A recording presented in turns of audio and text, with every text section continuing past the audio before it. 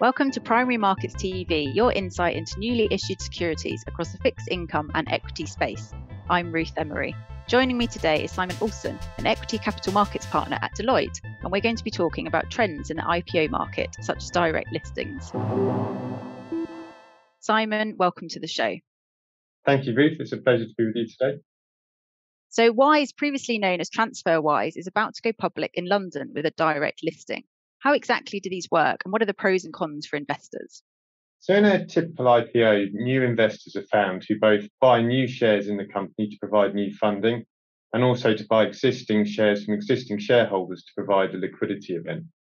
This process typically involves an organised book build, which involves investment banks and underwriters, and a tour of management through the city to raise money from the new investors. By contrast, in a direct listing, the existing shares in a company are simply admitted to trading on the market and then can be traded freely like any other listed shares. Okay. The main pros of a direct listing is that it's a cheaper and easier process for the company. It generally doesn't involve the lockup of existing investors, and the market sets the price through trading rather than investment banks and underwriters setting the IPO price on day one. In terms of cons, the obvious one is there's no capital raise for the business, so there's no day one capital raise. The business can obviously sell shares into the market once they're publicly traded, but that can be unpredictable and obviously can be volatile. The stock is often volatile on day one because you don't have that IPO price to set the barometer. And also, whilst the process is cheaper and to some respects easier, a lot of the disclosure process of an IPO still applies. So it's still a lengthy process for a company to go through.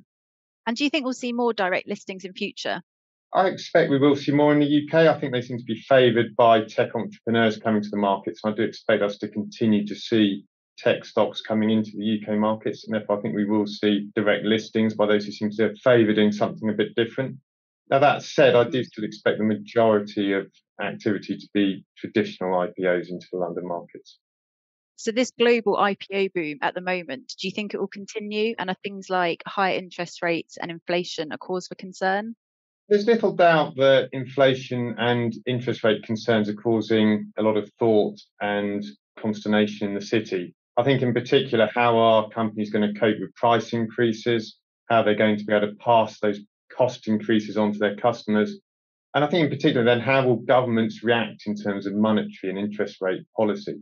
Now, that said, where I'm sat today and looking at our pipeline, I very much expect the current IPO boom to continue through this autumn 2021 and then into spring 2022. Okay. Beyond that 12-month outlook, I think we'll have to wait and see how people are going to react to those pressures. And the UK is looking at making it easier for companies to list. Do you think other countries will follow suit by relaxing their rules as well? I think it's important to understand that the proposed reforms by Lord Hill are there to facilitate the UK retaining its competitive position amongst global exchanges. Mm-hmm. And in particular to attract newer businesses and to attract tech entrepreneurs into London. And to do this, the proposed changes are really focused around allowing certain features that are proving popular in other exchanges in the US in particular. Examples of this are allowing dual class share structures on the premium segment, changing free float requirements, and allowing US style SPACs. But what the changes aren't there to do is to lower any of the eligibility or governance requirements. And I think it is important that London retains its reputation for the highest levels of scrutiny and governance. Do I think other exchanges will follow? Yes, very much. I would expect global exchanges to try and retain their competitive position in a similar way that we are. With so many companies coming to market, investors are becoming more selective. What are they basing their decisions on in terms of whether they invest or don't invest? Yeah, it's definitely correct that a lot of companies are looking to come to the market at the moment, and no doubt, therefore, a lot competing for attention of investors. And indeed, some of the recent IPO failures we've seen in the market have been attributed to congestion amongst that investor community. Now, that said, I think investors are still focusing on the same fundamentals that they always have done. So do they like the business model and the products of the business? Do they understand the market in which the business is operating and the competitive position of the business?